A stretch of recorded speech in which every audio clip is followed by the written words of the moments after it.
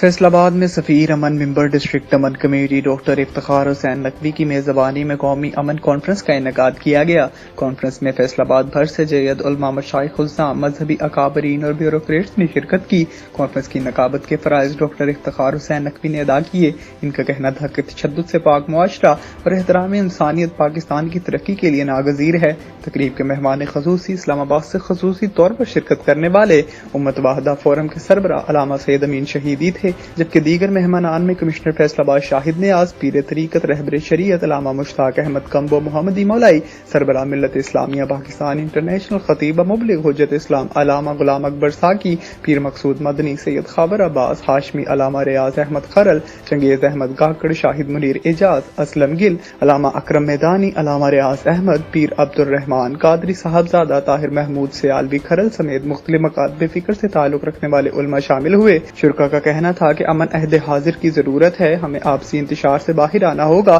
کیونکہ دشمن ہمیں اقتصادی طور پر کمزور کرنے کے لیے اندرونی فسادات میں الجھائے رکھتا ہے۔ تقریب سے اظہار خیال کرتے ہوئے ڈاکٹر افتخار حسین نقوی، علامہ مشتاق احمد کمبو محمدی مولائی، علامہ غلام اکبر ساکی، علامہ امین شہیدی اور کمشنر فیصل آباد شاہد نیاز کا کہنا تھا سچ دچ انبیاء کی لچ گناہگاروں کے کچ سرکار امیر المومنین علیہ السلام نے فرمایا نہج البلاغہ میں، آپ کا ارشاد گرامی موجود ہے کہ لوگوں کی دو قسمیں ہیں۔ کائنات میں جتنے بھی لوگ ہیں جنہیں الناس کہا جاتا ہے وہ دو قسموں پر مشتمل ہیں، یا تو وہ تمہارے دینی بھائی ہیں یا وہ تمہارے خلق ہونے میں بھائی ہیں، یعنی ایک ہی ماں باپ کے بچے ہو، آدم و حوا کے۔ اور کوئی تیسرا مولا نے رشتہ بتائے کہ یا تو تمہارا نظریہ دین ایک ہے اس وجہ سے بھائی ہو، اور اگر مولا نے فرمایا دین ایک نہیں بھی ہے پھر بھی بھائی ہو کیونکہ تمہارا ماں باپ ایک ہے۔ تو مولا کے اس فرمان سے ہمیں سوچنا چاہیے کہ ہم جب بھائی ہیں تو پھر بھائی تو بھائی کا خون نہیں کرتا، پھر بھائی تو بھائی کو اذیت نہیں دیتا، پھر بھائی تو بھائی کے لیے پیسے زحمت اور پیسے تکلیف نہیں ہوتا، بلکہ بھائی تو وہ ہوتا ہے کہ جو بھائی کی مشکل کو آسان کرے۔ میں گفتگو کو طوالت میں نہیں لے جاؤں گا چونکہ میرے بعد بڑی اہم شخصیات تشریف فرما ہے۔ جناب خطیب یورپ ایشیا بلکہ خطیب انٹرنیشنل خطیب علامہ پیر طریقت ابو احمد محمد مقصود مدنی صاحب، جو انٹرنیشنل رحمت اللہ العالمین کانفرنس اسلام آباد میں جو بابا مشتاق احمد کمو پیر طریقت سفیر امن کی ذریعے سرپرستی ہوئی، اس میں ان کی دعوت پہ اور میری گزارش پہ تشریف لائے، وہ بھی خطاب فرمائیں گے۔ اور یہ جو آج کی کانفرنس ہے، میرے بھائی سفیر امن یوسف سادات علت امن حضرت پیر صاحبزادہ ڈاکٹر افتخار حسین نقوی صاحب، انہوں نے آج بغیر کسی تنظیم کے ٹائٹل کے اپنی ذات کا بتایا ہے کہ میں ذاتی طور پہ بھی ایسی شخصیت ہوں کہ جب امن کے لیے بلاؤں تو مجھے کسی تنظیم کے سہارے کی ضرورت ہے۔ اتنے بڑے جید علماء کرام کے سامنے اس حوالے سے بات کرنا سورج کو چراغ دکھانے کے مترادف ہے۔ میں تو ایک ادنا سا طالب علم ہوں اور وہ بھی انتہائی ابتدائی درجے کا۔ میں تو صرف اس بات کی تصدیق کر سکتا ہوں جو معزز علماء کرام نے حاضرین و مقررین نے باتیں فرمائیں کہ عالمی حوالے سے جو یہ 5th جنریشن وار یا ہائیبرڈ وار حضرت علامہ شہیدی صاحب نے جس کا ذکر فرمایا، اس کا اس وقت سب سے بڑا نشانہ امت مسلمہ ہی ہے۔ اور جو میں تھوڑا بہت جانتا ہوں اپنے تجربے کی بنیاد پہ یا آپ سے سیکھ کے کہ اس کا مقابلہ ہم اپنی وحدت سے، نہ صرف وحدت المسلمین سے بلکہ پاکستان کے اندر یا باقی مسلمان ممالک کے اندر جتنے بھی ان کے باشندگان ہیں، شہری ہیں، چاہے وہ کسی بھی مذہب، مسلک یا فرقے سے تعلق رکھتے ہیں، ان کی باہمی وحدانیت سے ہی اس کا تعلق کیا جا سکتا ہے۔ جو میں نے اپنے استادوں سے سیکھا، اسلام کے دو بنیادی جز ہیں جس طرح پہلے ذکر ہوا، عبادات اور معاملات، حقوق اللہ اور حقوق العباد۔ حقوق اللہ انسان کا اور اللہ کا آپس کا معاملہ ہے۔ ہمیں جو بشارت دی جاتی ہے کہ یہ عمل کریں گے تو اللہ سارے گناہ معاف کرے گا۔ ہم جیسے ہی انسان ہیں، اور الحمدللہ میں فخر سے کہہ سکتا ہوں کہ دیار غیر کے اندر میں نے امن پر سول ایوارڈ حاصل کیے، پیس پر میں نے سول ایوارڈ حاصل کیے۔ اور میرے بھائی جناب علامہ غلام اکبر ساکی صاحب جو کہ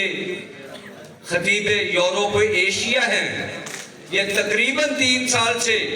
ان معاملات کے اندر بروکلین اور دیگر جو ریاستیں ہیں وہاں پر یہ میرے ساتھ ہوتے ہیں۔ الحمدللہ کوئی شخص وہاں پہ یہ نہیں کہہ سکتا کہ وہ شیعہ ہے، یہ سنی ہے،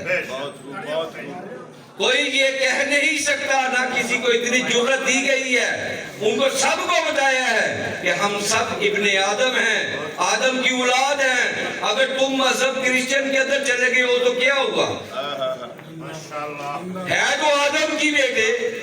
تو ہم بھی آدم کے بیٹے ہیں۔ جب تم بھی آدم کے بیٹے، ہم بھی آدم کے بیٹے ہیں، تم اپنے مذہب پر رہو، ہم اپنے مذہب پر رہتے ہیں۔ لیکن 4 الہامی کتابوں کے اندر کسی جگہ پر اس بات کا شر کا جو ہے نا وہ پیغام میسج نہیں دیا گیا، نہ ہی اللہ تعالیٰ نے ایسی کوئی کتاب جو ہے الہامی نازل فرمائی دنیا کے اوپر۔ تو جب ہم نے وہاں پر یہ کام کیا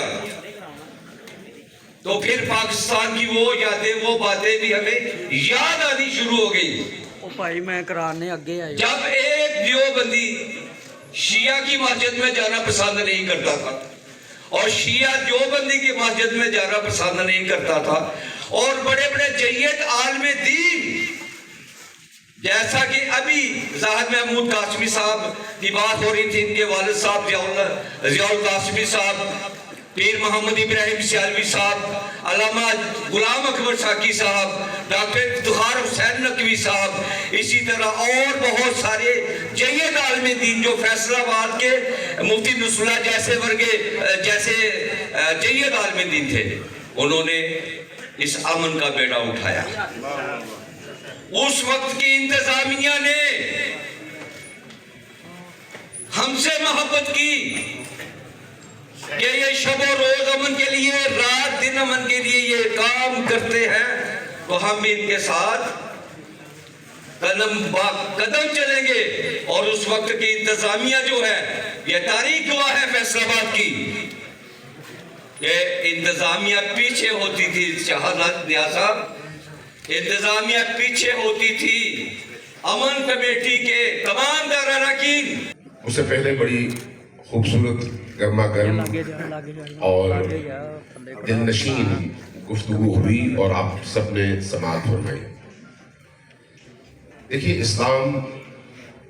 خود امن کا قیام بر مکتبہ ہے۔ اسلام اگر آ جائے کہیں پر تو وہاں پر شدت ختم ہو جاتی ہے۔ ہاں، ظلم کے خلاف شدت موجود ہے اسلام میں، لیکن اللہ کی مخلوق کے حوالے سے اسلام ہمیشہ میانہ روی، رحم دلی، درگزر، عفو اور انسانوں کو سینے سے لگانے کی تعلیم دیتا ہے۔ اسلام انسانوں کو خدا سے جوڑنے کے لیے آیا ہے،